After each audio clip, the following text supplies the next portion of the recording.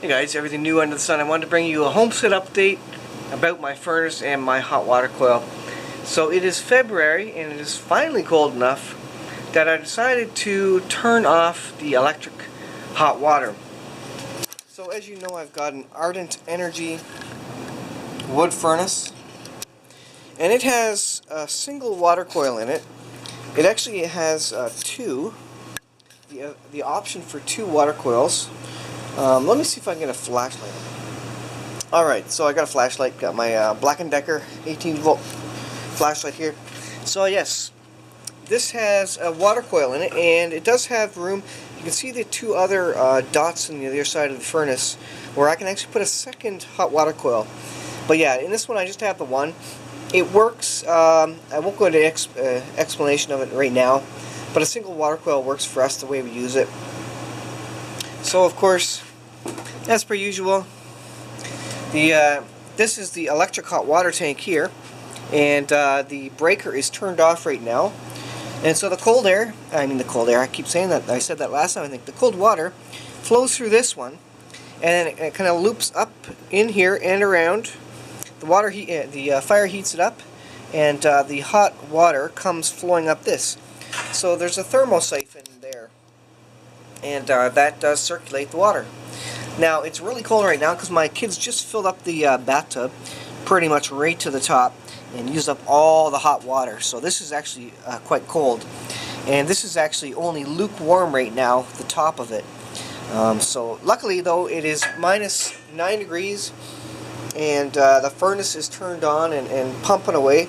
So I think this will recycle fairly quickly. It's heating up right away. I just shifted some of the logs in the fire, and this is starting to heat up right away. It was a little bit shielded by the outside of a log which wasn't on fire. So once I turned that around, it worked well. I do have insulation, of course, because you will lose some residual heat just to the basement. But yeah, it has been not good for hot water coils because, well, it's not in focus. The temperature has been below zero and then above zero, below zero and above zero. I'm talking about 0 Celsius, and so it's been too warm. If it goes above zero during a day, you know, 2 degrees, 5 degrees, the fire's not going hard enough to completely rely on the hot water coil in the furnace. It's harder to manage the hot water that you have.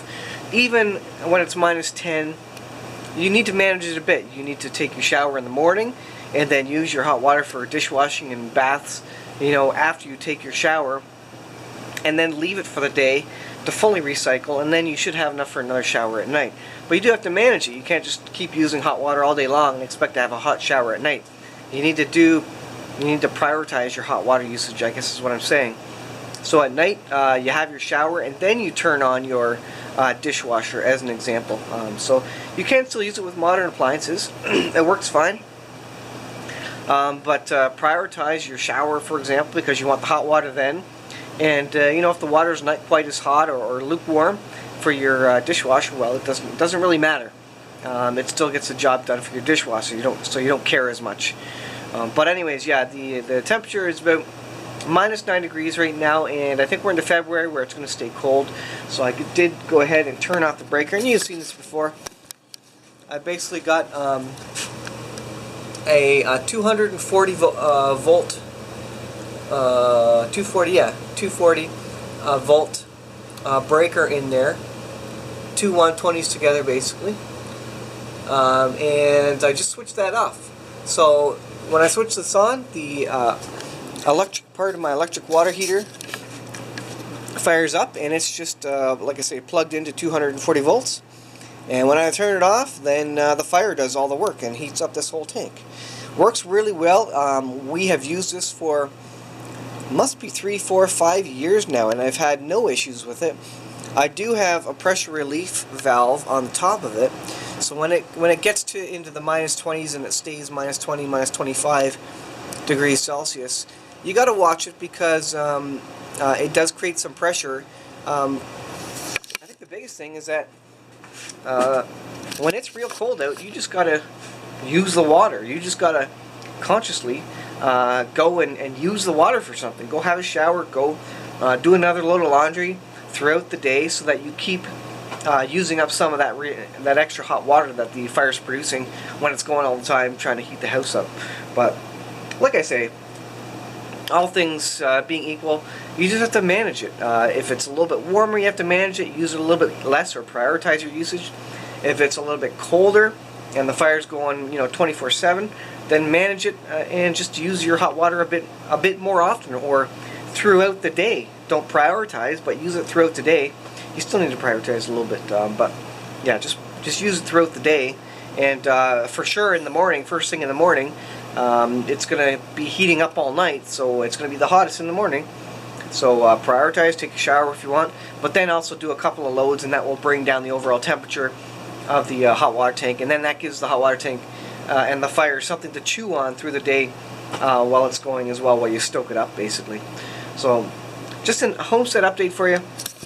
Thought I'd show you that. I want to show you, we'll take a look at our electricity bill now. It was pretty expensive the last month because I had and a dangling rope there. I had an extra electric oil hot water heater, electric oil room heater, space heater in my office, and for a couple of days because we were borrowing it, and I don't usually have that, so that sucked quite a bit of juice.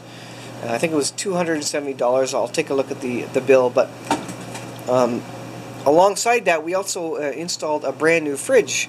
Well, no, not brand new, new to us. It's one that's about 20 years old. It's a side-by-side fridge freezer because our old one died. But the thing is, it's bigger and it uses more energy than our old one did. Plus, it was cooling off. It had not been used in a while, so the inside was completely warm, and it has an ice maker and a water dispenser in it. So it took quite a lot of energy. I think probably $40 for the month that it took to actually. So I was just going to pop these images in, but I thought I would show you anyways.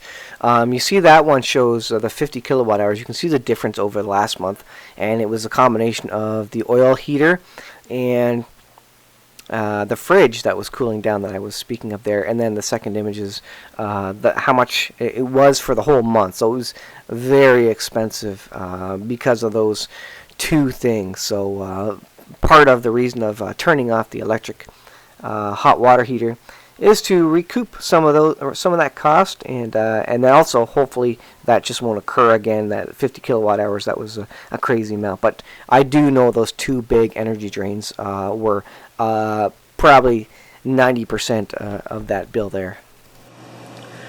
Get that thing cooled down enough to where it's stable, and then the settings were too high. I actually put thermometers in there, and once the thermometers had cooled down, I actually ended up dialing back both the freezer and the fridge because they were both too cold. The settings were just too cold. They didn't need to be there.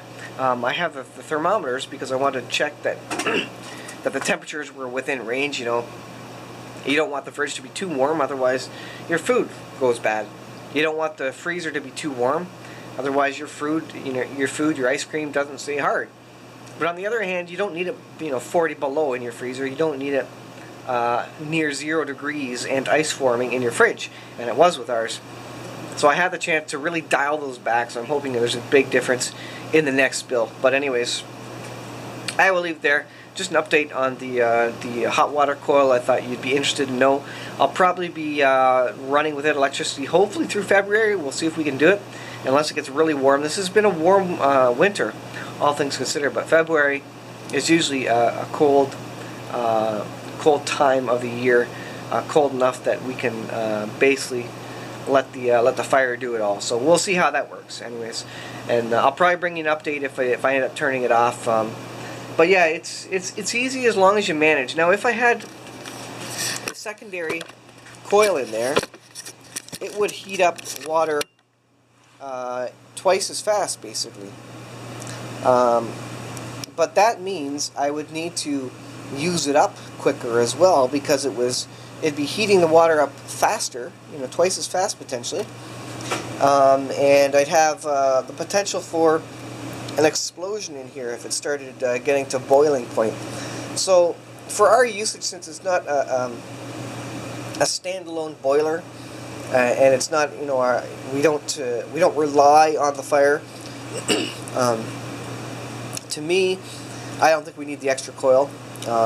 If you had this in an off-grid situation, and this was your sole water heating, you know, for the winter, then it may make sense to have that extra coil in there. But again, you need to manage the fire a lot more because the water will get pretty hot. I find with one coil is just enough to really give the fire something to chew on. It doesn't heat the water up too quick. It takes a couple hours to get it up to temperature, which is just enough so that it doesn't overheat during the night. So, all right, guys, I will leave it there. Hope you guys appreciated that update, and I'll definitely bring you an update, let you know how it has gone over the month of February, and see how much I've saved. Hopefully, I'll be able to save quite a bit of money on electricity as well. So, thanks for watching, guys. I should mention that we do have all this wood, quite a lot more wood than we usually have by February. So, I have no lack of wood to actually heat the water. So, we're not spending more money by heating the water with wood. This wood is sitting here, our 8 cords from the summer, and I don't think we're going to use all this year, so we're definitely not really going through any extra wood either. Alright, now I will truly leave it here. Thanks for watching, guys. We'll see you guys in the next video.